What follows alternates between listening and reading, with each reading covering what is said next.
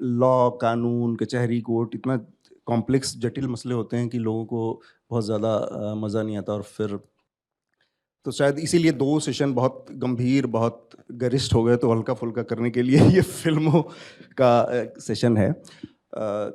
एक एक भोजपुरी का शब्द है रेखिया उठान। तो इस शब्द का मतलब अर्थ ये होता है बेसिकली कि जब आपकी मूँछें आने लगती हैं हल्की-हल्की और वही उस समय होता है जहाँ से ये माना जाता है कि आप अपना होश सँभालने लगे हैं, वहाँ की चीज़ें आपको याद रहने लगती हैं अपने बचपन से निकल के।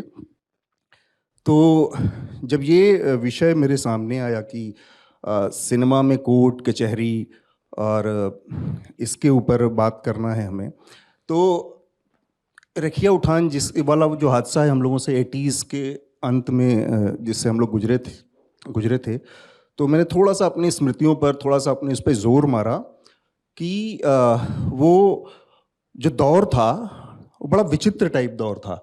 सिनेमा के लिहाज से मैं कह रहा हूँ, वही फ़िल्में हम लोग देखते थे। वो वीसीआर और वीसीपी पे फ़िल्में देखने का दौर था क्योंकि सिनेमा हॉल तो शहरों में होते थे, छोटे कस्बों में तो होते भी नहीं थे। तो 3 फ़िल्में देखी जाती थी एक रात में और नॉर्मली खाना-वाना खा के लोग और 9 बजे से शुरू करते थे और सुबह 6 साढ़े 6 बजे तक 3 फ़िल्में निपट जाती थी। तो बहुत भयंकर क्रांतिकारी फ़िल्मों का दौर था, मतलब रिबेल विदाउट कॉज़ टाइप फ़िल्में आ रही थी। ऐसी फ़िल्में की मैं थोड़ा-सा नाम अगर उनका पढ़ दूँ और ये सारी फ़िल्में 80s में बनी हैं जिनको हम लोगों ने देखा। तो मुझे लगता है कि ये जो कोर्ट, कचहरी, कानून और ये जो विषय है फ़िल्मों का, इसका कोई रिप्रेजेंटेटिव डिकेड अगर है अगर हम कहें, तो वो 80s का डिकेड है, दशक होगा, जिसमें ऐसी-ऐसी फ़िल्में बनी हैं कानून, कचहरी और उसके इर्द गिर्द कायदा कानून। कानून क्या करेगा? कानून अपना-अपना, कुदरत का कानून, फ़र्ज़ और कानून, आज का अंधा कानून और मेरी जंग। ये वो हैं जो मैं याद कर पाया, ये फ़िल्में हमने देखी। और इस सब की शुरुआत जहाँ से हुई वो बड़ी मज़ेदार फ़िल्म है, मतलब वो अपने आप में एक कल्ट फ़िल्म है, उसका नाम है अंधा कानून। 1983 में आई थी, हालाँकि इसको हमने बाद में देखा और इसमें एक तरफ रजनीकांत और दूसरी तरफ अमिताभ बच्चन। तो आप समझ ही सकते हैं कि क्रांति होनी ही थी। और ये डिकेड का जो अंत हो रहा था, वो वहाँ पर जाकर ख़त्म हुआ 88-89 में, जहाँ पर क्रांति से शुरू करने के बाद नायक ने फैसला कर लिया कि अब इस देश में कोर्ट कचहरियों की कोई ज़रूरत नहीं है। उसने सीधा काम किया, शहंशाह फ़िल्म आई और अमिताभ बच्चन ने डिसाइड किया कि अब कचहरी में सीधे अमरीश पुरी को फांसी पे लटका देना है। तो जज बैठा रहा और अमरीश पुरी को फांसी पर लटका दिया गया और डायलॉग वही था कि रिश्ते में तो हम तुम्हारे बाप लगते हैं ना। तो ये एक तरफ था जो हम सिनेमा में देख रहे थे और दूसरी तरफ था वो जो हम अपनी रोज़मर्रा की ज़िंदगी में जिन कोर्ट कचहरियों से हमारा पाला पड़ता था, जिसको हम अपनी समझ में बिठा रहे थे, वहाँ पर वही टूटी हुई पलस्तर, पान के पीक से सनी हुई दीवारें, सीलन भरे कमरे, उसके अंदर कोने में बैठा हुआ कहीं जज होता था एक और उस जज गवाही ऐसे हो जाती थी कि गवाह ने ना जज को देखा, जज ने गवाह को भी नहीं देखा, गवाहियाँ हो गई, फैसले आ गए, इस तरह से वो तो ये जो अंतर था कि फ़िल्मों में हम देख रहे हैं बहुत खूबसूरत सा लकड़ी से और वो वुडन फर्नीचर के बीच में एक जगह ऊपर जज बैठा हुआ है, साइड में 2 कटघरे हैं और वहाँ पर उसने अपनी फ़िल्मों ने एक वोकैब्युलरी भी अलग से इजाद कर ली थी जिसमें उसकी मुझे याद आता है ना वो एक एक ताज़ीरात हिंद की दफ़ा 302 के तहत ये अदालत इस नतीजे पर पहुंची है कि अब मुल्ज़िम दीनानाथ चौहान, विजय दीनानाथ चौहान जो भी है वो हत्या का आरोपी है और इसको ताउम्र कैद बामुशक्कत की मतलब ऐसी लैंग्वेज मैंने कहा ये कहाँ बोलता है, कौन सा जज इस लैंग्वेज में सज़ा सुनाता है? तो ये जो रियलिज़्म से पूरा कट ऑफ का वो हिंदी सिनेमा और ये। तो मैं सबसे पहले शेफाली इतनी लंबी-चौड़ी ये जो भूमिका बनाने का मेरा मकसद ये था कि ये जो कट ऑफ है, इसको थोड़ा-सा समझने की ज़रूरत है और गिल्टी माइंड्स बहुत ज़बरदस्त एक कानूनी मसलों के इर्द-गिर्द घूमने वाली एक वेब सीरीज़ है जो अमेज़न पे है।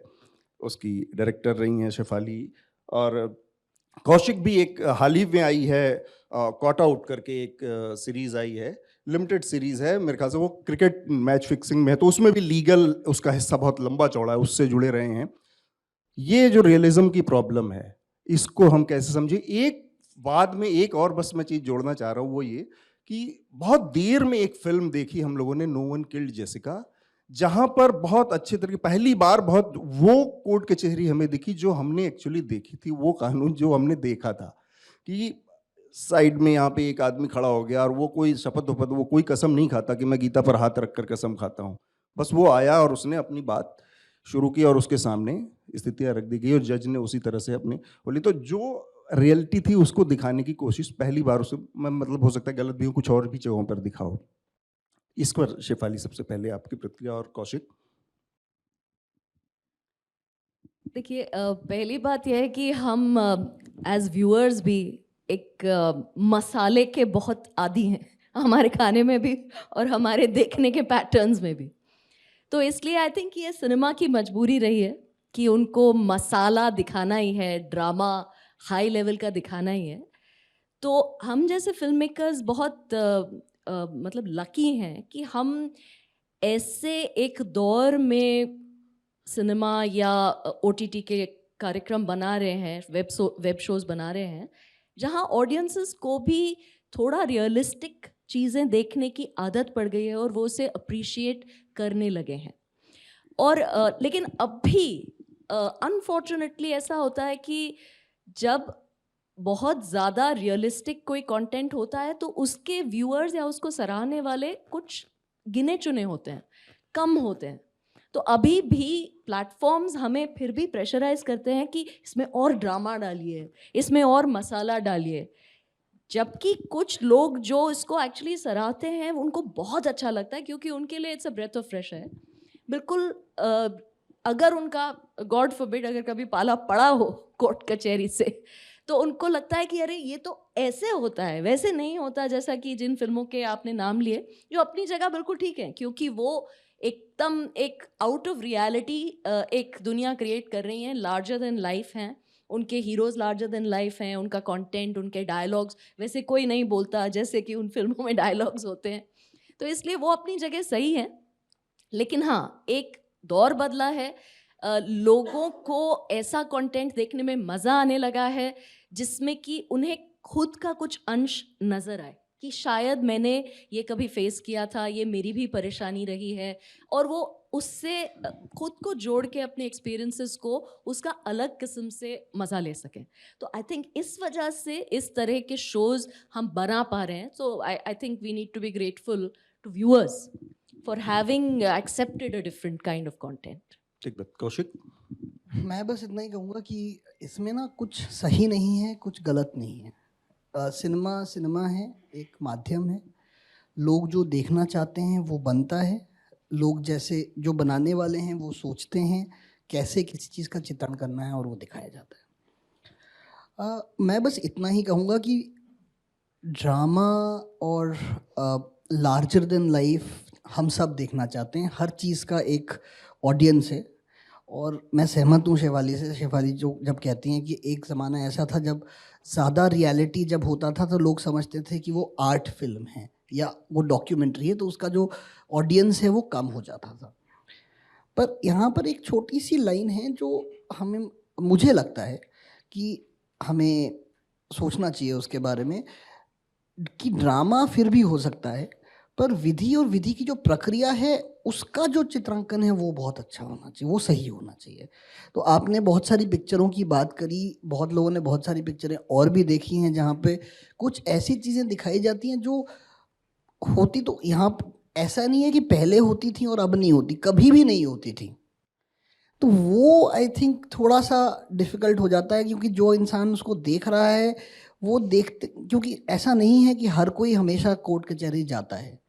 तो लोग अगर सोचने लग जाएं कि एग्जैक्टली वही होता है और वैसे ही होना है तो दिक्कत आ सकती है। हालांकि मैं ये नहीं कहूँगा, क्योंकि आजकल जिसे हम डिस्क्लेमर कहते हैं, हिंदी में अस्वीकरण कहते हैं, उसके पीछे हम बहुत कुछ दिखा सकते हैं, लेकिन प्रक्रिया और विधि, इन दोनों चीज़ों को हम मिस रिप्रेजेंट ना करें, ये हमारी ज़रूरत ज़रूर है। और मेरा अपना मानना है. आई am not a film critic और artistic person in that sense. I mean, my artistic skill sets are non-existent, but I would believe that even with the drama, you can still stay true to what is the process and what is the law. That would be my opening comment. Thank you.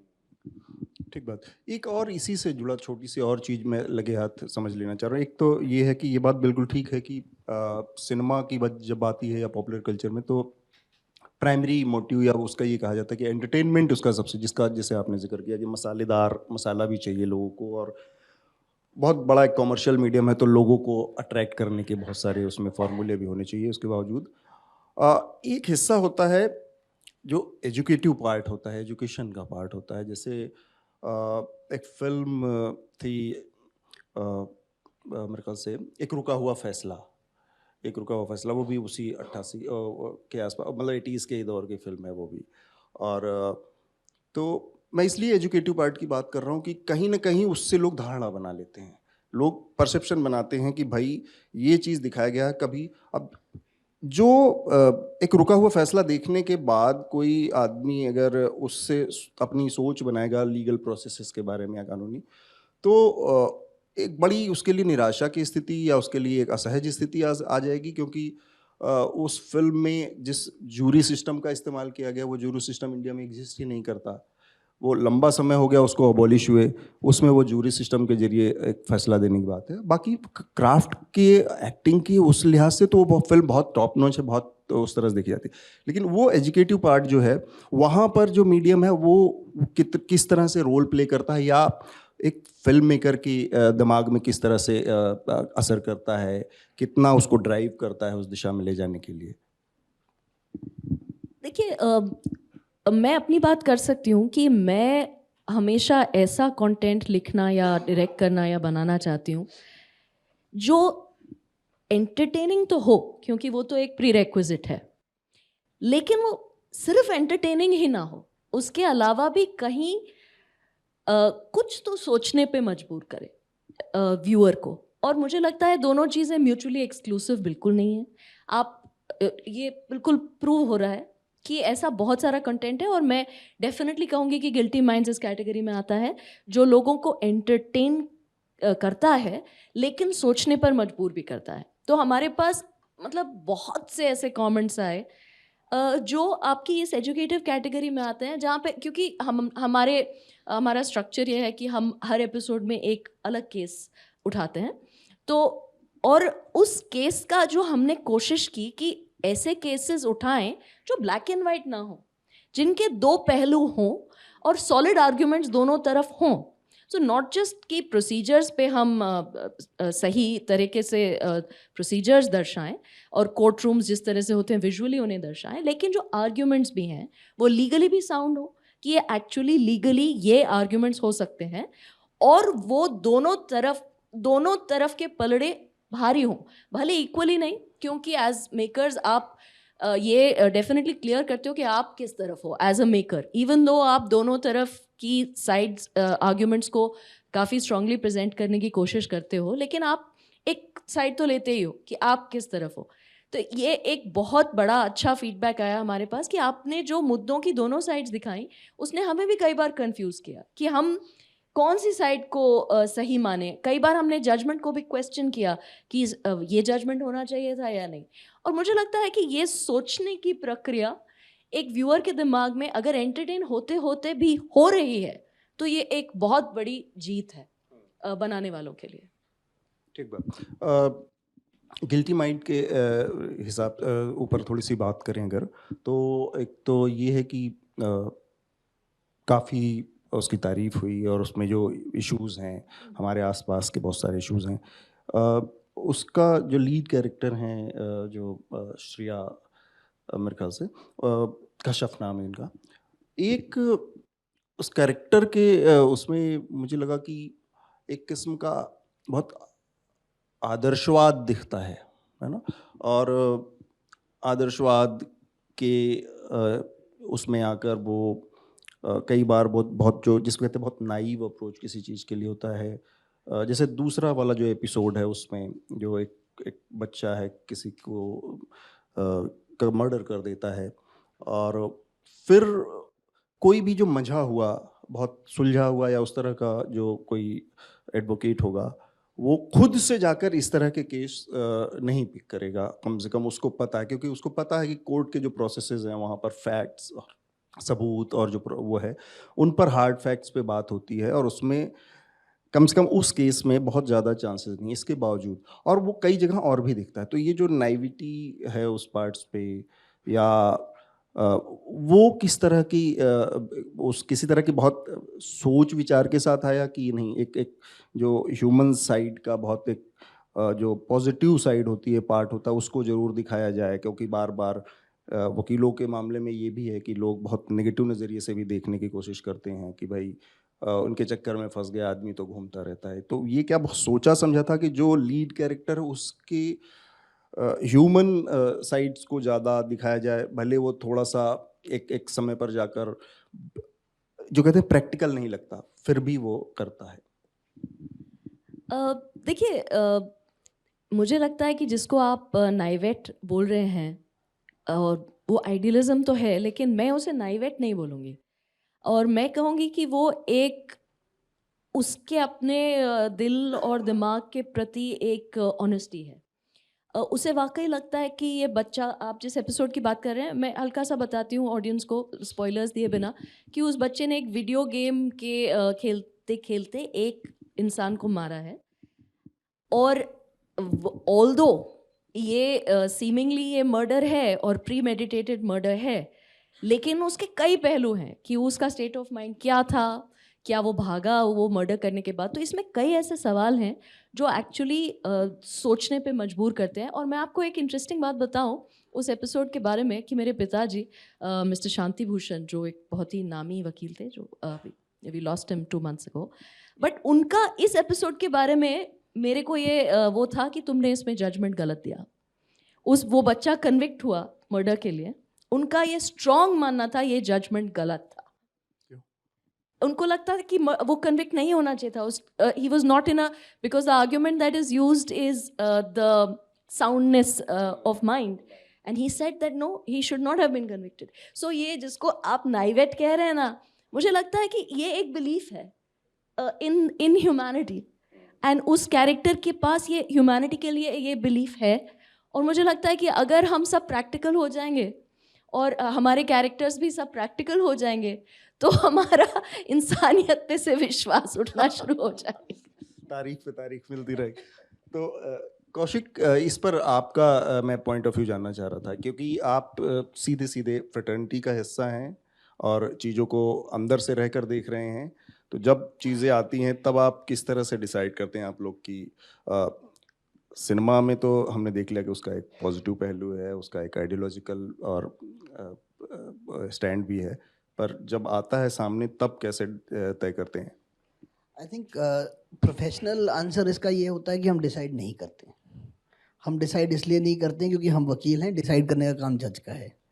हम decision के बीच में case पड़ते लेने नहीं। का मैं pick case करूंगा। Pick करने का जहाँ तक बात आता है, केस जब हमारे पास आता है तो हर लॉयर जो है वो अपना एक आकलन करता है, एक बेसिक आकलन करता है कि ये जो केस है इसमें मैं उस केस की तरफ उसकी पैरवी ढंग से कर पाऊंगा कि नहीं। Do I know enough of about this case, about such cases and about the law to be able to do justice to this case, number 1. As far as deciding whether to take on a matter, depending on whether the subject matter is something that we like or not, or we feel about, yes, हर वकील को ऐसा थोड़ा बहुत कुछ हर वकील के अपने अपने कुछ सोच के पहलू होते हैं। हम कुछ चीज़ों पे ज़्यादा कुछ चीज़ों को ज़्यादा मायने देते हैं, और हमें लगता है जैसे अगर there will be lawyers who believe in the cause part of it. So if they believe in the cause part of it, they would like to take those kind of matters and run with them. Somebody would say that yes, this matter is very difficult to kind of move forward, तो ये matter मैं नहीं लेता। लेकिन मेरे को लगता नहीं है कि larger scheme of things में वो कहानी ज़्यादा चलती है। मैटर हमारे पास जब आता है हम उसको प्रोफेशनली हैंडल करते हैं और कहते हैं कि जी अच्छा ठीक है, इसके कौन से पहलू इसके फॉर हैं और कौन से अगेंस्ट हैं, और उन फॉर और अगेंस्ट को हम कैसे कर पाएंगे। यहाँ पर जो शेफाली ने कहा वो बहुत इम्पोर्टेंट है एक्चुअली। और शांति भूषण जी के साथ मेरा एक बहुत पुराना रिश्ता रहा है। When I was a student, law student, I used to run a small magazine and he was one of the first people I interviewed in their house in Noida. So एक बहुत इम्पॉर्टेंट चीज़ है, और उन्होंने तब भी कहा था मेरे को, और मेरे को अभी भी याद है, कि आप लोग जब कोई मैगजीन निकाल रहे हैं जहाँ पे आप टिप्पणी कर रहे हैं कि भाई ये कानून सही है, ये जजमेंट सही है या कुछ और है, आप एक चीज़ याद रखिएगा कि आप एक माध्यम हैं, और उस माध्यम के तौर पे आप बता रहे हैं लोगों को, और जो लोग उसको पढ़ेंगे, जिन्होंने एक्चुअली बाकी चीज़ें नहीं देखी हैं या उनमें वो क्षमता नहीं है कि वो समझ लें उस चीज़ को, वो इस माध्यम में जो लिखा है उसको सच मान लेंगे। तो उस बात में मतलब I am obviously recasting it from what he actually said, but I think what is important here is that जैसे उन्होंने कहा, इनका सेकेंड एपिसोड देखने के बाद मुझे लगा नहीं कि जजमेंट सही था, वो वहाँ तक dramatisation is very good because you are showing, and I am not trying to critic the thing, I am nowhere there, but just a general statement. But for that correct critique to happen, or that kind of a very evolved kind of a statement to come out, what is important is that the process is not compromised with, which is what she said about how it was shown, how was the court shown, how was the procedure shown, because getting out the feelings and dramatizing the the thought process of the individual lawyer is something which is a dramatic liberty that every creator must have, of course, otherwise there'll be nothing. But when we do that, we have to just stick to what actually happens also, so that what Shanti ji said after watching it is a similar correct judgment can come up even from the person who's watching it, because ultimately law is all about perception, right? To a large number of us, and we can only make, I'm not saying correct or wrong perceptions, but perceptions which are logically and legally sound. Should what is shown as mass media be balanced and correct from the process point of view? ठीक बात। क्योंकि दो बार जिक्र आ गया शांति भूषण जी का, देश के कानून मंत्री थे, तो एक चीज़ मैं जानना चाह रहा हूँ कि आप शेफाली, आप बाई ट्रेनिंग, बाई इस तरह का कुछ लॉ से, इस विषय से किसी तरह का आपका पुराना साबका रहा है, पाला रहा है कि इसको समझने के लिए, क्योंकि मैं फिर वही बात अपनी रिपीट कर रहा हूँ कि बहुत आसान नहीं होता है कानूनी मसलों को कर पाना, और इस कानूनी मसलों को टेलीविज़न या फिल्म या उस मीडियम में रिप्रेजेंट कर पाना और थोड़ा सा मुश्किल। तो किसी तरह का कोई पहले की ट्रेनिंग थी कि इन चीज़ों को समझना है, और कुछ इस तरह की हेल्प आपको मिली अपने परिवार से, क्योंकि एक पूरी बैटरी वकीलों के परिवार में थी, तो उसने आपको इसमें पूरे प्रोसेस में हेल्प की, चाहे वो कहानियाँ चुनने का मसला हो, चाहे उसमें उसकी लीगैलिटी का मसला हो, चाहे वो उन कहानियों को किस तरह से उसके जजमेंट या जिस तरह से आए उसमें किसी तरह की आपको मदद मिली हो कि इस तरह से इसको रिप्रेजेंट करना ठीक रहेगा। कई सारे, क्योंकि इसमें कुछ कहानियाँ ऐसी हैं जिनको हम लोगों ने एज अ पत्रकार भी कवर की, हमारे सामने घटी हैं, मतलब जैसे कोला वाली स्टोरी है, और वो एक बड़ा मुद्दा एक टाइम पे रही, तो और वो आपके परिवार से ही किसी ने कोर्ट में उसको रिप्रेजेंट किया था, तो उसका कोई मदद और उसका कोई रोल रहा इस पूरे प्रोसेस में? देखिए, ये मतलब ऐसी चीज है कि जो थोड़ा सा लोगों को रिवीलिंग होगा कि भाई जी बिल्कुल, मतलब मैं कहूँगी कि जैसे वो चक्रव्यूह को तोड़ने का जो माँ के पेट में मिलता है ना, मेरा वैसा सा रहा है वकालत के साथ नाता। क्योंकि मेरे दादा वकील, मेरे नाना वकील, मेरे मामा वकील, मेरे पिताजी वकील, भाई दोनों वकील, दोनों भाभियाँ वकील, 5 तो फिर गिल्टी माइंड से ज्यादा वकील। बेहतर कोई विषय नहीं हो सकता था। तो ये मैं शुरू से कहती थी कि मैंने अब तक सोचा क्यों नहीं कि मुझे लीगल शो बनाना चाहिए, मुझसे ज्यादा लोकस स्टैंड आए किसी का नहीं किसी का हो नहीं सकता लीगल शो बनाने के लिए। तो डेफिनेटली बहुत हेल्प मिली। और क्या है कि आप बहुत कुछ ऐसा ऑब्जर्व करते हैं। मैंने वकालत पढ़ी नहीं, मैं आई थिंक एक एक्सेप्शन हूँ अपने परिवार में, लेकिन आप उन डिस्कशंस का हिस्सा रहते हैं। और वकीलों का क्या है ना कि वो आर्ग्यू करना चाहते हैं, तो वो अगर एक जना एक तरफ से बहस कर रहा है तो दूसरे जने को लाजमी है कि वो दूसरी तरफ से बहस करेगा. It is their favourite pass time. देखते हुए बड़ा हुआ जी बिल्कुल. तो बहस करना भी उसी तरह से सीख गए. तो बिल्कुल मैंने बहुत कुछ इम्बाइब किया है फैमिली से. और 2 वकील हैं हमारे राइटर्स रूम में. सीज़न 1 में 2 वकील हैं, सीज़न 3 में 3 हैं. और जो एक मतलब कि बहुत हमने, ये हमारे लिए बहुत क्रिटिकल था कि we need to be accurate. जो प्रोसेसेस जिसकी कौशिक बार बार बात कर रहा है, we need to be accurate as much as creative medium will allow. मतलब हमारा केस एक एपिसोड में निपट जाता है. तारीख पे तारीख नहीं मिलती. जो कि बिल्कुल अनॉमली है. अनफॉर्चुनेटली हमारे लीगल सिस्टम में ऐसा नहीं होता, काश के हो. लेकिन हाँ, हमने बहुत इस पे कोशिश की. फिर हम एजुकेटिव पार्ट accurate के हिसाब से देखें तो गिल्टी माइंड देख के लोगों को लगेगा कि भारत की जो अदालतें हैं यहाँ पर 50 मिलियन के आसपास केस पेंडिंग नहीं होंगे. हर दिन फैसला अगर एक बिल्कुल एक बिल्कुल. तो episode- वो एक हमारा एक in fact it's a feedback note कि कहीं तो ऐसा चाहिए. चलिए आपका फॉर्मेट है, लेकिन कहीं तो ऐसा लगना चाहिए कि भाई केसेस ऐसे ड्रैग ऑन करते रहते हैं. तो वो डेफिनेटली एक है. और जहाँ तक केसेस के चयन का सवाल है, सिलेक्शन का, तो वो बड़ा एक इंटरेस्टिंग प्रोसेस था. जैसा मैंने पहले कहा कि हम ऐसे मुद्दे चुनना चाहते हैं जो जिसमें कि आप कोई तो बात ऐसी कर रहे हैं जो आप चाहते हैं कि दर्शक इसके बारे में सोचें, इसके बारे में थोड़ा और समझें. और एक और चीज़ जो हमने कोशिश की और हमने अचीव भी की कि हमने बहुत सरल तरीके से उन मुद्दों को दिखाया. उनके जो आर्ग्यूमेंट्स हैं, अब कुछ लॉयर्स का ये क्रिटिसिज्म हो सकता है कि अब you are making it too simplistic, it's like a debate. But yes, you are making it accessible to every lay viewer, ठीक है. and that is very important, apart from the legality of it. इसका अगला जो हिस्सा है जो आजकल बहुत चर्चा में है, मतलब वेब सीरीज, OTT प्लेटफॉर्म्स ने बहुत सारे नए एवेन्यू खोल दिए हैं एंटरटेनमेंट के. और कई सारी चीज़ें, लोग कहते हैं सेंसर बोर्ड नहीं है यहाँ पर, तो उसका भी एक तरह से उसको फ़ायदा मिलता है. लेकिन कौशिक, मैं आपसे जानना चाह रहा हूँ कि आप जिस रोल में जुड़े रहे कॉट आउट से या इसके अलावा और कुछ वेब सीरीज से, तो एक कानूनी सलाहकार के रूप में, मैं सही कह रहा हूँ? तो ये जो रोल है, थोड़ा सा इस रोल के बारे में बताएं, क्योंकि ये जो सारा ये कॉन्क्लेव का कॉन्सेप्ट है, फ्रीडम ऑफ एक्सप्रेशन, वो कहीं ना कहीं उससे जुड़ता है कि कानूनी सलाहकार के तौर पर आप एक फिल्मकार को, एक आर्टिस्ट को क्या सलाह देते हैं, और क्या वो उसकी फ्रीडम ऑफ एक्सप्रेशन को डाइवर्सिफाई करता है या कट टू साइज करता है? Thank you. आई थिंक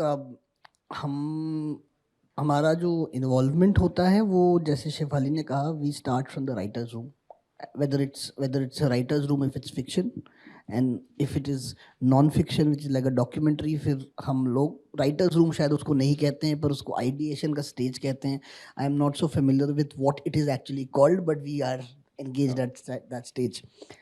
पर जहाँ तक आपका जो मेन सवाल है, आपका सवाल ये है कि क्या वो हेल्प करता है दायरे को बढ़ाने में, या दायरे को ऐसा बना देता है कि आप घट जाए आपकी क्रिएटिविटी. हमें लगता है कि हम दायरे को बढ़ाते हैं. नहीं, मैं आई डिसएग्री. हमें लगता है कि हम दायरे को बढ़ाते हैं. हम बढ़ाते हैं टू द एक्सटेंट दैट हम अगर उस दायरे को हम इस तरह बढ़ाते हैं, क्योंकि अगर वो दायरा ना हो तो जो कानूनी जो भी है आज की डेट में, जो कानून है, कॉन्स्टिट्यूशन है, उस सारी चीज़ों के दायरे में रह के ही हमें काम करना पड़ता है. तो अगर हम अगर वो लाइनें ना खींचेंगे, हाँ, I am making a very unpopular statement right now, I understand that, but उस दायरे के अंदर रह के अगर हम अपनी क्रिएटिविटी को नहीं दिखा पाएंगे तो शायद उसके नहीं, गलत बात है ये. क्यों? दायरे में रखने की बात है तो फिर तो आपने फ्रीडम ऑफ एक्सप्रेशन को उसको नहीं, बंद. तो let me tell you, freedoms, the essential freedoms are always with certain restrictions, right? I am not saying that restrict the freedom of expression, but one person's freedom of expression cannot be automatically undermining somebody else's right. That is the limited objective when we come in. We do not say that आप ये मत दिखाइए वो मत दिखाइए. हम बस इतना यहाँ तक कहते हैं कि आप जो दिखा रहे हैं वो जो आजकल का कानून है या अभी का कानून है, जो देश का कानून है, उस कानून के दायरे में रहे. मैं ये नहीं कह रहा हूँ कि आप मत दिखाइए, आप दिखाइए ज़रूर, बट ऐसा नहीं होना चाहिए कि it runs the risk of being called illegal for two reasons. One is of course जो freedom of expression की हम बात करते हैं वो important है, बहुत important है, और उसको बिल्कुल सर्वोपरि रखा जाता है क्योंकि वो constitutional right है, उसके ऊपर कुछ नहीं है. लेकिन ऐसा नहीं होना चाहिए कि हम अपने ही राइट को इतना आगे ले जाएं कि किसी और का राइट जो है उसमें अंडरमाइन हो जाए. I think that is the larger picture in that sense. So to that extent we help, we only help and assist. That's ठीक ऑल. बात है. एक तो ऑब्जेक्शन है शेफाली का, वो शेफाली की तरफ से आएगा और उसके बाद हम उसकी बात को आगे बढ़ेंगे. दूसरा ये कि मैं एक फिर आइडियलिस्टिक एक सिचुएशन में मैं कहूँ तो अगर आप की ये मजबूरी आज की तारीख में है, क्या ये हमेशा से रही है या अभी आई है कि आप अपने साथ प्रोसेस में ही, जब आप लिख रही हैं, जब आप अपने कैरेक्टर को डेवलप कर रही हैं, जब आप प्रोडक्शन के प्रोसेस में हैं, तब आप अपने साथ 2 वकीलों को बिठाकर उसको लीगली वेट कर रही हैं? ये नई सिचुएशन है, हाल फिलहाल का फिनोमेना है, या ये हमेशा से यही चलता आया है? और दूसरा ये फिर उसके आगे का जो कि भाई अगर ये वहाँ पर बैठ रहे हैं और उनको बिठाने की नौबत है, तो ये एक तरह का हेल्दी एटमॉस्फेयर की तरफ हमें कहाँ ले जाता है? नहीं, देखिए, था तो हमेशा से मतलब सेंसरशिप सेंसर के और फॉर्म में, वो हाँ, तो वो सेंसर तो फॉर्म में करता ही रहा है. ओटीटी में सेंसरशिप सेंसरशिप सेल्फ अपने ओढ़ जी, लिया गया है कि जी, लोग जी, अपने ही जी, बुला के और लोग जी. लीगली वेट कर रहे हैं लगातार हर एक स्टेप पे. तो मैं ये कहना चाहती हूँ कि मुझे लगता है कि एज अ सोसाइटी हम बहुत ज़्यादा सेंसिटिविटीज़ बहुत ज़्यादा हाइटन हो गई हैं, और इसलिए कौशिक और इस तरह से हमें लीगल एडवाइजर्स को इन्वॉल्व करना पड़ता है. और मेरा ऑब्जेक्शन इसलिए क्योंकि ये दायरा बढ़ाते नहीं, घटाते ही हैं. वो शुगर कोट करने की कोशिश कर रहे हैं. दायरा घटाते हैं, लेकिन हाँ, बढ़ाते इस तरह से कि अगर हम दायरा उस वक्त घटाएंगे नहीं तो शायद शो लोगों तक पहुंच ही ना पाए. तो दायरा हमने बढ़ाया. I rest my case on that. लेकिन हाँ, मुझे ये उम्मीद है कि हम as a society, as a people,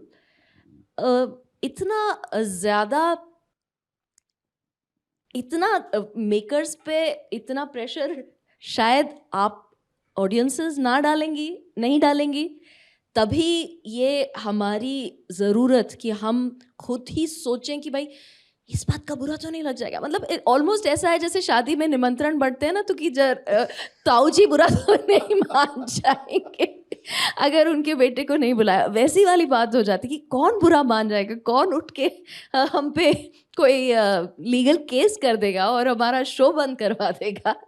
तो इसलिए बहुत ज़्यादा ज़रूरी हो गया है कौशिक और इस तरह से लीगल कंसल्टेंट्स को बहुत अर्ली स्टेज पे लाना.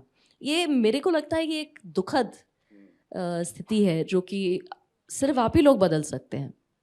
कौशिक, इस दुखद स्थिति पे आखिरी टिप्पणी और फिर हम लोग जनता के पास आई जाएंगे. थिंक एक ही चीज़ मैं कहूँगा कि I mean as I said, कुछ गलत नहीं है, कुछ सही नहीं है. There is always two sides to every coin, but there is a difference, and there will always be a difference between what is regulation and what is self-regulation.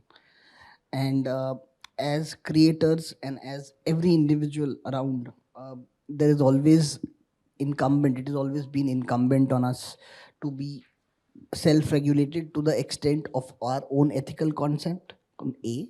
B, also owning the obligation that because we are a mass media, there can be nothing that we say. Obviously, it can be perceived by anybody anywhere, but at least on a best effort basis, we make our efforts to kind of ensure that there is, forget about actual regulation, but there is nothing that is in my thing which can be taken as patently illegal. Right now, here I will make a difference between what is news content and what is non-news content, right? News content is a very different animal, and that would require another full day session to kind of discuss. But when we talk about non news entertainment content, उसमें क्या होता है कि क्योंकि हमारे पास ये दायरा बड़ा हुआ होता है जिसमें हम अपनी क्रिएटिविटी दिखा सकते हैं, अननोइंगली अनइंटेंशनली कभी कभार हम उस दायरे के बाहर चले जाते हैं, लेकिन वो दायरा है, हमेशा से रहा है। और वो दायरा कभी कानूनन होता है, कभी अपना होता है, कभी अपने अंदर से आता है, कभी जनरली, और हर देश में हर जगह पे ऐसा है। तो मेरी टिप्पणी बस इतनी होगी दैट हम माहौल जो है वो तो एक अलग, एक और डिस्कशन एक और दिन के लिए है, लेकिन सेल्फ रेगुलेशन जो है, चाहे वो कहीं और से आए या अपने अंदर से आए, लेकिन वो होना ज़रूर चाहिए। मैं बस इतना ही कहूँगा, self regulation in every way shape और form, not only in the business of cinema but anywhere else, right? We should not be doing something which is patently wrong, right? And that comes from inside. ये एक चीज़ बस इसमें मैं जोड़ना चाह रहा हूँ कौशिक, कि असल में ये जो पूरा विषय है इसमें आपसे ज़्यादा जो भूमिका है वो दूसरे पक्ष की है, जो कि इसका जो राजनीतिक पक्ष है, और जिसकी वजह से ये स्थितियाँ बनी हैं कि लोग सेल्फ अपने को रेगुलेट करने लगे हैं या उनके दिमाग में ये बात बैठ गई है। तो वो जाहिर सी बात है, ऐसे मसले पर उनका पक्ष, उनके साथ बात करना ज़्यादा और दूसरे इसके डायमेंशंस के बारे में हमें वो बता सकता है। आप वो पक्ष रख रहे हैं जो कि आपको करने के लिए वहाँ पर किसी फिल्मकार ने बुलाया है कि भाई आपका एक लिमिटेड रोल है, इस चीज़ को आपको करना है, लेकिन ओवरऑल इस पूरी स्थिति पर के लिए जो जिम्मेदार है वो कोई और थर्ड पार्टी है, और जिसकी वजह से उस क्रिएटिविटी को पे एक तरह का आप कहें बंधन है, एक तरह का अपने दिमाग में पर्दा है। तो उस चीज़ को के लिए मेरे ख्याल से आप भी बहुत उपयुक्त आदमी नहीं है कि उस पर पूरी बात कह पाएँ। वो एक दूसरा जिसकी तरफ शेफाली ने थोड़ा सा इशारा किया कि हाँ वो हो रहा है, और वो एक बहुत अच्छी और बहुत हेल्दी स्थिति नहीं है कि जो आर्टिस्ट है वो इतनी तरह के बंधनों में अपने दिमाग में लेके और वो बैठ रहा है, और उसके ज़रिए उसकी एक तरह की एक परमानेंट भूमिका सी बनती जा रही है कि पहले वो अलग अलग एक स्टेप पे जाकर कानूनी सलाह ले रहा है, फिर जाकर अपनी बात को कर रहा है। पर मैंने जैसा कहा कि वो उसमें आपकी भी क्या भूमिका है, आपको तो आप वैसे ही हैं जैसे इन्होंने एक एक्टर को हायर किया है परफॉर्म करने के लिए, उसी तरह से आपको भी हमें बस एंगेज किया जाता है, हमें अभी तक हायर नहीं किया जाता है। अच्छा, तो ये प्रो बोनो चल रहा है? एंगेज किया जाता है। I'll stop there, but I'll not say hire. तो कुछ लोगों के सवाल हैं इसमें, और बस इतना रहे कि किससे आपका सवाल है अपना नाम बता के और सवाल ही पूछें। यहाँ से ले लीजिए, 2 3 4 लोग एक साथ ही हैं। Hello, my name is Vikrant, I am from Ernst and Young. So मेरा क्वेश्चन पैनल को ही है और आपको भी एज सच। जैसे कौशिक सर ने बताया कि न्यूज़ मीडिया चैनल एक माध्यम होता है, एंड दूसरी तरफ जो सिनेमा है वो भी एक सम काइंड ऑफ माध्यम है for a message and all.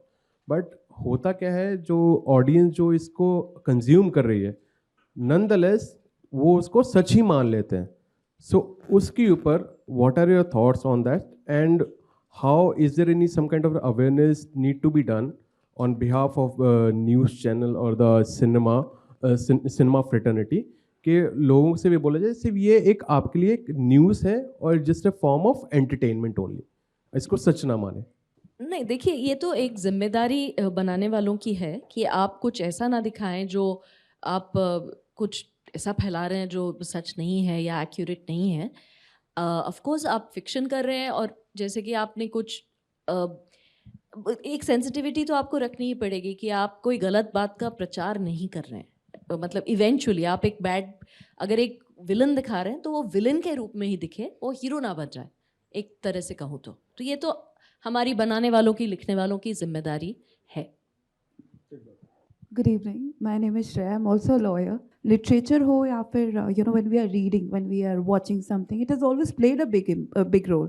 सवाल है कि आप जब एक्सप्रेस करते हो, जब लिख रहे होते हो, जब डायरेक्ट करते हो, so artists, the actors, do you give them that liberty to add their value point, be it whether it's beyond the ambit of the yes, the no's, the wrongs and the rights, or there is a checklist to that? नहीं देखिए, actors definitely अपना कुछ एक view point add करते हैं to the performance, लेकिन जो बात कही जा रही है वो लिखी जाती है, वो वेट होती है प्लेटफॉर्म से या चैनल से, और फिर आप उसको एज अ डायरेक्टर या एज अ क्रिएटर शेप करते हैं। एंड जिम्मेदारी जो मैंने पहले कहा कि आपको रखनी ही पड़ेगी कि क्या बात जा रही है व्यूअर तक, तो वो जिम्मेदारी हमारी एक्टर्स की नहीं है, बनाने वालों की है। Ma'am, my name is Ajay, and I want to ask you a question. Like, there has been movies on law, like The Pink, which kind of intrigued the entire nation, and nation also got to know what is law. I mean, in terms of women, safety, Nirbhaya case. So I think 80s was the period where people were less educated, but now I think you have to take the responsibility. Yeah, so I think media industry needs to take charge. I mean, I assume that everyone is literate and have a open mind and acceptance towards whatever the content has been delivered. They accept it and they embrace it. What is the future of the content? Future of content in terms of freedom of expression and creative freedom. ठीक है, बड़ा सवाल हो गया future. नहीं देखिए, in terms of freedom of expression तो जो बात हमने अभी करी कि थोड़ा सा हम मुश्किल दौर से गुजर रहे हैं, इंशाल्लाह ये दौर इम्प्रूव करेगा। मुझे पूरी उम्मीद है कि होगा ऐसा। शुक्रिया। मेरा नाम शिवांगी है, बतौर पेशे से पत्रकार हूँ। थोड़ा पीछे जाना चाह रही हूँ। जैसे आपने बातचीत की भूमिका में कहा कि एक पिक्चर जो है वो अदालतों का एक ऑरा बना देती थी, और जो जैसे आपने कुछ डायलॉग भी कहे कि आमतौर पे हम नहीं देखते हैं कैसा होता है। तो थोड़ा सा मैं ये समझना चाहती हूँ, यहाँ बहुत से लॉयर्स बैठे हैं, और लेकिन ये सवाल लॉयर्स से नहीं है, पत्रकारों से है कि लॉयर्स अदालतों का ऑरा या कहें भौकाल बनाने में कितनी बड़ी भूमिका अदा करते हैं। क्योंकि अगर एक बात मैं कह पाऊँ थोड़ा सा लंबा, मैं अमर उजाला बरेली के लिए काम कर रही थी 2014-15 में। विधि रिपोर्टर जो हमारे थे वो करीब 70-75 साल के थे। एक खबर के लिए मुझे एक जज से मिलना था, तो ऐसा कभी नहीं होता जितने उन्होंने मुझे कोड ऑफ कंडक्ट समझा दिए एक जज से मिलने के, और वो हर बार उनको जज साहब और तमाम बातचीत कर रहे थे कि मोबाइल साइलेंट करके जाना है, चालान हो जाता है, पीठ दिखा के लौट के नहीं आना है। तो ये जो ऑरा है, जो वो पत्रकार को भी समझा रहे हैं, तो वो आम जो जन आ रहा है, आम जो क्लाइंट आ रहा है, उसके सामने वो भौकाल कितना बड़ा हो जाता होगा। तो ये एक बहुत एक सामान्य सी समझ हम लोगों के दिमाग में रहती है हमेशा कि जब आम आदमी जाता है तो इस पूरी जो लीगल प्रोसेस की जो भाषा है वो बहुत जटिल इस तरह की होती है कि जो आमतौर पर आम आदमी को समझ में नहीं आती। वो बनाई ही इसलिए जाती ताकि आम आदमी उलझा रहे और उन्हीं लोगों के पास जाए। बेहतर है कि कौशिक इस चीज़ को जल्दी से साफ कर दें और फिर हम इस सत्र को ख़त्म करेंगे कि ये जो प्रॉब्लम है बहुत बार आती है, हमेशा सामने आती है कि लोगों को समझ में नहीं आता, लोगों को उलझाए रखा जाता है, वो लैंग्वेज उसको समझ में नहीं आती है, वो क्लॉज उसको समझ में नहीं आते हैं और भौकाल बना रहता है। भौकाल शब्द मेरे को काफ़ी पसंद आया। खैर, आई थिंक ऐसा एक वेब सीरीज भी था कुछ दिन पहले आया हुआ था, बट एनीवे इट्स अगेन ये भौकाल नहीं है, प्रक्रिया है। इसमें कोई भौकाल नहीं है, पीठ दिखा के नहीं आना वो एक बेसिक चीज़ है जो हम लोग भी प्रैक्टिस करते हैं। तो इसमें कोई भौकाल रियली नहीं है। हाँ, किसी इंसान के लिए जिसने पहले कभी इसको नहीं देखा उसके लिए थोड़ी ओवरवेलमिंग ज़रूर हो सकती है, लेकिन वो प्रक्रिया है और वो प्रक्रिया काफ़ी दिनों से चल रही है। और वो सिविल लॉ, क्योंकि यहाँ पे काफ़ी सारे वकील हैं, तो चूंकि हमारा देश कॉमन लॉ कंट्री है तो कॉमन लॉ में बहुत सारी छोटी छोटी प्रक्रियाएं हैं जो चलती हैं। एक आखिरी चीज़ आपने शायद पूछी थी, वो सत्र न्यायालय में हमारे देश में जो व्यवहारिक तौर तरीके हैं वो काफ़ी हद तक सिंप्लीफाई हो चुके हैं। अब वो भौकाल जो आप शायद सोच रहे हैं वैसा है नहीं। सत्र न्यायालय काफ़ी हद तक सिंप्लीफाई हो चुके हैं और जजेस आजकल बहुत नॉर्मली पेश आते हैं। तो अगर आपके कोई स्पेसिफिक उसमें इंस्टेंस है तो I will be around, I am happy to answer that question. नमस्कार, मेरा नाम पार्थ है। मेरा सवाल कौशिक जी से है। मुझे ये जानना है कि जो सेंसर बोर्ड या फिर अन्य कई मीडिया रिलेटेड लॉज हैं, जो वो लिखित में होते हैं, एक तो उनका अच्छे से दस्तावेज नहीं है, या फिर वो ओपन टू इंटरप्रिटेशन रहते हैं। तो क्या वो रिटन फॉर्म में जो रहते हैं उससे आगे बढ़ के आप लोग एडवाइस करते हैं कि इसके आगे भी जो दायरा है जो लिखा नहीं है उसको भी कंसिडर करके आप उनको लिमिट करते हैं, बढ़िया सवाल या है। फिर सिर्फ लिखित को ही कंसिडर किया जाता है? आई थिंक बहुत अच्छा सवाल है ये। पहली बात तो हम, as I said in my answer to the previous question, हमारा common law is the root of the legal system in this country, and common law का मतलब ही है दैट इट इज जज made law and it is open to interpretation. So one of the most important things as a lawyer that you do is to figure out how the particular thing that is written, जो लिखा हुआ है विधि में, उसको apply कैसे किया जाएगा current circumstance में. As soon as you do that, you of course have to figure out what will be the interpretation that, say there's an extant law and that extant law is regulated or executable by a particular authority, what would they take as an interpretation? Whether from an audience standpoint, because you're asking for, you spoke of the censor board, if you're talking about the audiences and the rating and the maturity rating or the age gating part of it, or otherwise somebody spoke about article 19 and how we have only 4 things written there and those 4 things are open to interpretation. Of course that is the only value add that we come and get in. However, I can just tell this much, that that list and that interpretation is never exhaustive, which is why there can be issues beyond that also. But then as a lawyer, that is our role, and as a lawyer in this field, that is primarily our role. ठीक है, अगला सवाल ले लीजिए, किसका है? There's just general understanding that traditional cinema is more regulated or censored compared to OTT. One is that, is it really true now post Tandao controversy?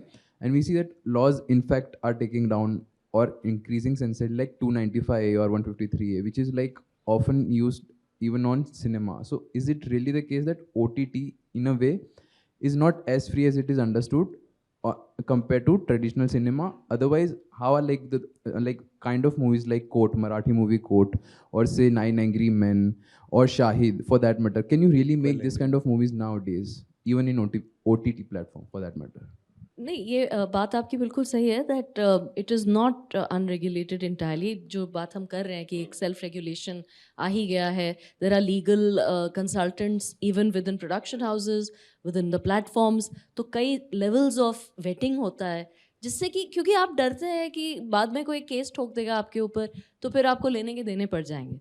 तो इसलिए आप सही कह रहे हैं कि 2 ऑफिशियल बॉडी अभी नहीं बनी है, लेकिन एक तरह से वो एकदम फ्री है. OTT का कंटेंट ऐसा नहीं रह गया है. शुरू में शायद ज़्यादा था, बट आज की डेट में ऐसा नहीं है. ठीक बात. और किसी के सवाल है? I just wanted to ask that, was some of the screenwriting in these shows, which you may have spoken about, based on any real life cases, and to what extent? And also, if it was, then was there any case of privacy / non-disclosure involved with these real life cases? Because a lot of it would have involved sensitive information. I can answer for our show, Guilty Minds. It is a completely fictional show. It may have sort of been inspired by certain real life stories, because when you are talking about the situation in the country and the world as of today, you do take inspiration from what is going on around you. Those are the things you want people to think about. However, there are no issues of non-disclosure because you're fictionalizing the entire content. It's not that is free to anybody's interpretation, if I'm not wrong. I think the issues of privacy as well as consent and non-disclosure to that extent is more suited to a discussion on documentaries, right? If it is a documentary or an autobiographical piece which could be fictional also, it can be fictionalized in that sense. That is where that becomes key, and I'm with you that initial documentation on getting the rights in and getting the consents will be pretty much the key to moving forward with that. So you people were talking about daira kam karna and badhana. So there's this illegality thing that came. How do we like define it when it comes down to we were talking horizontally citizen to citizen perspective में, लेकिन जब वो state के perspective में होता है वो इतना subjective है कि criticism क्या है, disagreement क्या है and extreme speech क्या है. State has forgotten that distinction to make, like they don't do it. So how to draw that line? How state should not like hate speech किसी को भी किसी चीज़ को भी hate speech बोल देना, because that's what's been going around. True. I think this is an important question. I think it's a great question, but again, we are not the state. We do not represent the state. What is important, of course, sorry, I think we do represent the state in some way, shape or form, in some perception. So let's put it that way. But I think, again, the test to that and what we normally tell people is the test of reasonableness. How reasonably have you interpreted something, or what kind of measures have you taken not to go beyond that particular line which we make? Now, I am with you on understanding that it is free and fair as far as the law itself, but interpretations of law can vary, right? And they will continue to vary. There is no, now if it is one A person taking a certain interpretation and B person taking another interpretation, then of course it is a question of how the judiciary thereafter decides which interpretation actually falls within the four corners of the law. पिछले 75 साल में या उससे आज़ादी के पहले भी आप देखिए साहित्यकारों ने, कवियों ने, लेखकों ने जो कुछ लिखा उससे हर बार फ्री स्पीच का दायरा उन्होंने थोड़ा तोड़ने की, जो पहले से बनी हुई दायरे थे उनको तोड़ने की कोशिश की, और कई बार उनकी कोशिशों से वो दायरा बढ़ा भी है. तो मैं ये सोचता हूँ कि इसमें जब आज हम लॉयर्स का रोल इसमें बढ़ने लगा है, तो क्या हम वो जो क्रिएटिव फ्रीडम के साथ जुड़ी हुई बात है कि उसके दायरे को वो बार बार बढ़ाता है. ये कोई स्टैटिक चीज नहीं है फ्री स्पीच, ये हमेशा दायरा बढ़ना चाहिए, और इसकी जिम्मेदारी क्रिएटिव फ्रीडम या जो काम लिखने पढ़ने वाले लोग कर रहे हैं, या कवि हैं, लेखक हैं, फिल्मकार हैं, वो कर रहे हैं. उन पर जो इस तरह का दबाव पड़ रहा है और वो किस तरह से इसको तोड़ पा रहे हैं. शेफाली जी, आप अगर इस पर कुछ कहना चाहें. सवाल तो वही है. इसका एक उदाहरण से मैं इसको थोड़ा सा आगे रखना चाह रहा हूँ.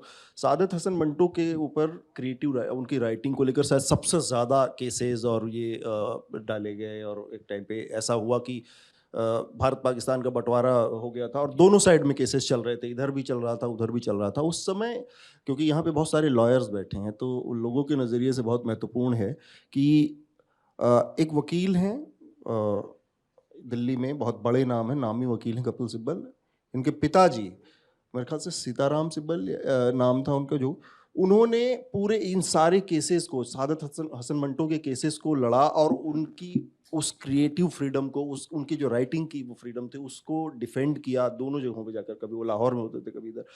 तो वो एक चीज़ है, एक उदाहरण हमारे सामने है कि कैसे लीगल फ्रेटर्निटी ने इस चीज़ को एक पूरा लंबा इसका हिस्ट्री रही है जहाँ पर उसने डिफेंड किया है. और वहाँ से लेकर बहुत रिसेंट का अगर मैं देखूँ, एक किताब है हिंदी की, काशी का 80, उसने उस लिमिट को बहुत बहुत ब्रेक किया है, जो ट्रेडिशनल एक फर्मा होता है कि इसको साहित्यकारों को इस दायरे में रहना चाहिए. उसमें गालियों का बहुत इस्तेमाल हुआ है और इन सारी चीज़ों को, और उसके बाद उस पर जो फिल्म बनी तो बहुत सारी कोर्ट कचहरी उसमें भी हुई, तो उसको फिर से डिफेंड किया लोगों ने.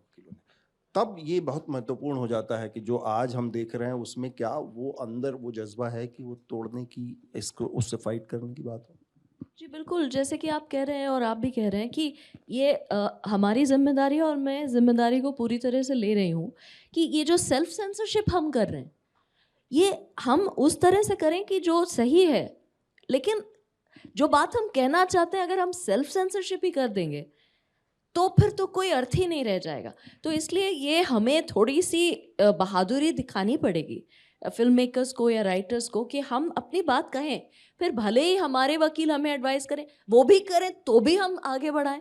कि हम अपनी बात अगर हम खुद ही कहना बंद कर देंगे तो कोई फिर कोई चारा ही नहीं बचेगा. इसलिए ये जिम्मेदारी हमारी है फिल्म मेकर्स की, क्रिएटिव वॉइसेस की, और ये हमें लेनी चाहिए कि हम इस दायरे को सीमित जितना हो सके ना होने दें.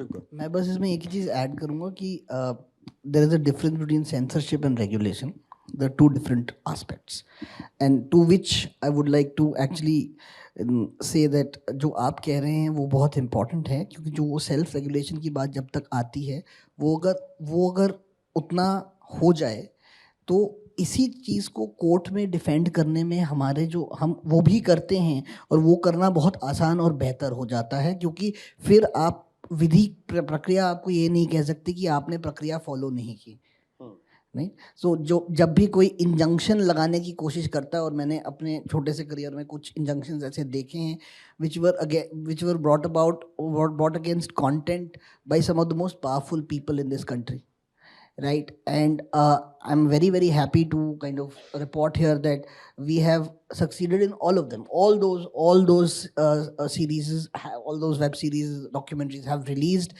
and they've been accepted by people. I think the idea of self-regulation is to in that sense increase the boundary and not decrease it. I'm with you on that actually. Ultimately इस बहस को उधर ही जाना, मतलब ये बात तो थी कि सिनेमा में किस तरह से दिखाया गया, लेकिन ये सेंसरशिप की तरफ ही चली गई और ये जाना ही उधर। तो सर आप अपना सवाल पूछ लीजिए। मेरा नाम प्रमोद जोशी है। मैं आपको आपकी जो भूमिका थी शुरू में उसकी तरफ ले जाना चाहता हूँ। जैसे आपने कहा कि 80s के दौर में कई फिल्में आई जिसमें कानून की प्राइमेसी को दिखाया गया, और फिर उसके बाद नायक खुद कानून अपने हाथ में लेके हीरोगिरी कर रहा है, वो आया। तो क्या ऐसा हो सकता है कि आज का दौर जो है जिसमें हमें काफ़ी अच्छी फिल्में और वेब सीरीज़ देखने को मिली हैं जिसमें the primacy of justice law is set, क्या ऐसा हो सकता है कि अगर अन्याय बढ़े और न्याय उस पर अपना नहीं दिखा पाए कंट्रोल, तो क्या फिर से एक दौर आएगा जिसमें शायद नायक, शायद हीरोज़, शायद हीरोइंस सुपरमैन सुपरविमेन बन के लोगों को न्याय दिलाएं? ऐसा शंका क्या आपके मन में आती है एज ए राइटर, या आपके मन में एज ए कमेंटेटर, पॉलिटिकल और अदरवाइज?